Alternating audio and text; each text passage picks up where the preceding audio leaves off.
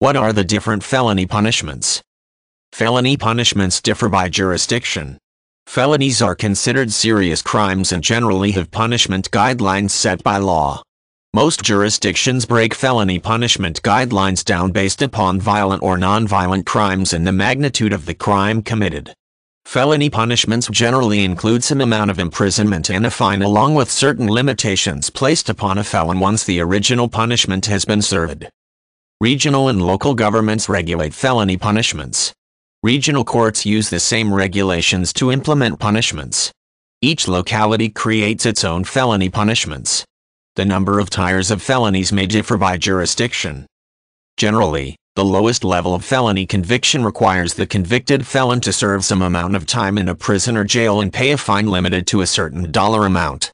Each jurisdiction determines whether or not the time to be served may be waived by the court. If the individual's time to be served is waived by the court, the individual is still considered a felon and may be placed on parole. As the seriousness of the crime increases, so too does the punishment associated with the crime.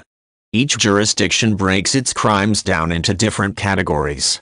Some jurisdictions have a large number of categories, whereas other jurisdictions have only a few. Some jurisdictions have a death sentence for capital crimes, whereas other jurisdictions limit the punishment to life in prison. Felony punishments do not stop with the immediate punishment for the crime. After a felon is released from prison, he or she must identify himself or herself as a felon whenever such information is requested. Employers, landlords, and other organizations may discriminate based upon a person's criminal background. Each felon faces a variety of additional consequences following conviction for a felony. Some jurisdictions remove the felon's right to vote in any election. Felons might not be permitted to serve on a jury. Certain licenses, permits, and visas will not be granted to a felon. Some jurisdictions will not permit felons to purchase firearms of any kind. As a part of a felon's parole agreement, the felon is required to maintain employment and housing.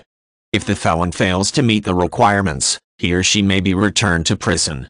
It is sometimes difficult for the felon to meet these requirements, as landlords and employers may not rent to or hire felons, and certain jurisdictions do not allow felons to receive housing or welfare assistance.